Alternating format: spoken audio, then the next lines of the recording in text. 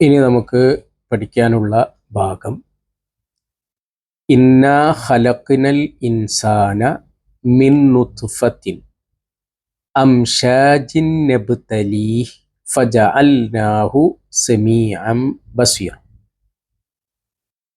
നമുക്ക് അറിയുന്ന പദങ്ങളാണ് മിക്കതും.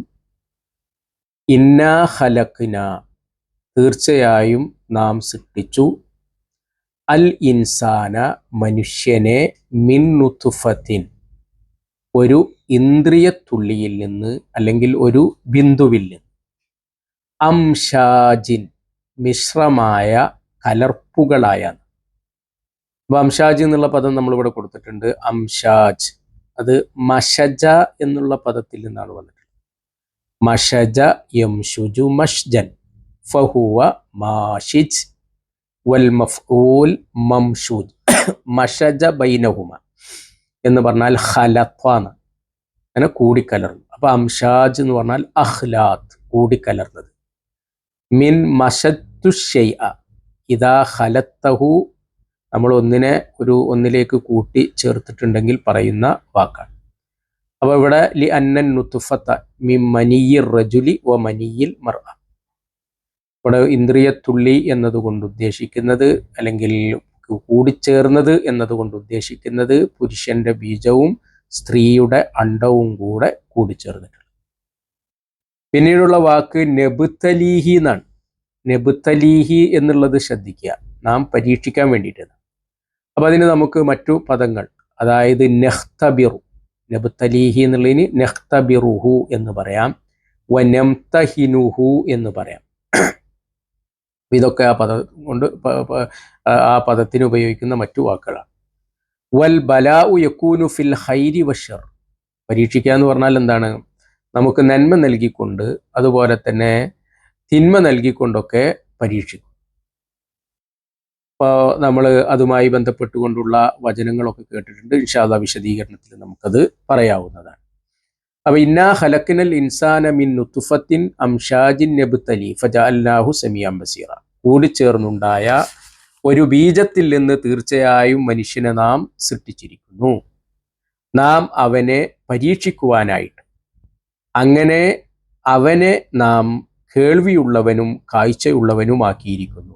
ഇതിന് സമാനമായിട്ടുള്ള ആയത്തുകൾ നമുക്ക് വേറെയും കാണാൻ സാധിക്കും. അപ്പോൾ മനുഷ്യനെ എന്തിനു വേണ്ടി സൃഷ്ടിച്ചു എന്നുള്ളതിന് പല ഉത്തരങ്ങൾ നൽകുന്നിടത്ത് ഒരു വളരെ പ്രധാനപ്പെട്ട ഒരു ഉത്തരം ഖുർആൻ ഇവിടെ നൽകുകയാണ്. മനുഷ്യനെ പരീക്ഷിക്കാൻ വേണ്ടിയിട്ടാണ്.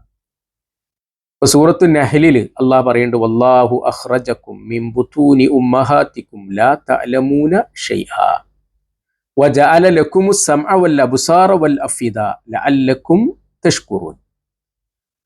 വല്ലാഹു അഖ്റജക്കും മിൻ ബുതൂനി ഉമ്മഹാതിക്കും, അല്ലാഹു നിങ്ങളുടെ ഉമ്മമാരുടെ ഗർഭപാത്രങ്ങളിൽ നിന്ന് നിങ്ങളെ പുറത്തേക്ക് കൊണ്ടുവന്നു. അങ്ങനെ നമ്മൾ ആ പുറത്തേക്ക് കൊണ്ടുവരുന്ന സമയത്ത് ലാ തഅലമൂന ഷൈആ, ഒന്നും അറിഞ്ഞുകൂടായിരുന്നു. എന്നിട്ട് അങ്ങനെ തന്നെ അള്ളാഹു നമ്മളെ വിട്ടോ? ഇല്ല. പിന്നെയോ വജഅല ലക്കുമുസ് സമഅ, കേൾക്കാനുള്ള കഴിവ് നൽകി, വൽ അബ്സാർ, അതുപോലെ തന്നെ കാണാനുള്ളത്, വൽ അഫ്ഇദ, ചിന്തിക്കാൻ. അപ്പോ ഇത് നൽകിയത് കൊണ്ട് തന്നെ മനുഷ്യനെ സംബന്ധിച്ചിടത്തോളം അവന് ഒരുപാട് കഴിവുകൾ അതിലൂടെ ആർജിച്ചെടുക്കാൻ സാധിക്കുന്നു. എന്നിട്ട് വല അല്ലക്കും തഷ്കുർ.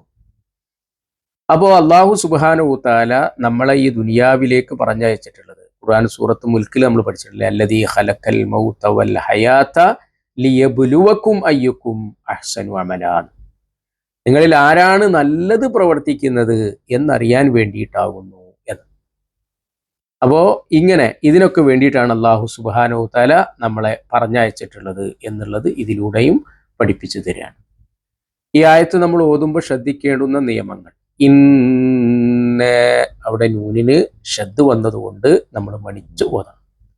ഖലഖ്നൽ ഇൻസാന, അവിടെ നമ്മൾ അല്പം മണിച്ചുകൊണ്ട് ഓതണം. മിൻ നുത്ഫത്തിൻ, നൂന് സാക്കിനായ നൂന്, അതിനുശേഷം നൂന് വന്നു. അപ്പൊ അതുകൊണ്ട് തന്നെ നന്നായി മണിച്ച് ഇദാമുൻ ബിഉന്ന എന്നാണ് പറയുന്നത്.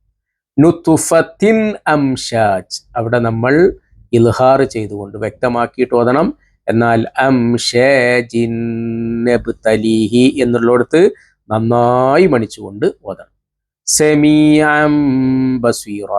അവിടെ നമ്മൾ ചെയ്യേണ്ടുന്നത് ആ സെമീഅൻ നൂനിന്റെ ഉച്ചാരണമാണല്ലോ വരിക, അതിനെ നമ്മൾ മീമാക്കിയിട്ട് മാറ്റണം. അപ്പോൾ ഈ നിയമങ്ങൾ ഒക്കെ പാലിച്ചുകൊണ്ടാണ് നമ്മൾ ഈ ആയത്ത്, അപ്പോൾ നമ്മൾ 2 ആയത്തുകളെ എടുത്തിട്ടുള്ളൂ.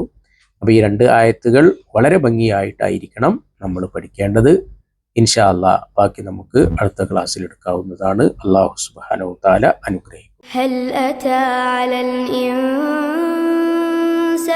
حين من الدهر لم يكن شيئا مذكورا إنا خلقنا الإنسان من نطفة أمشاج نبتليه فجعلناه سميعا بصيرا.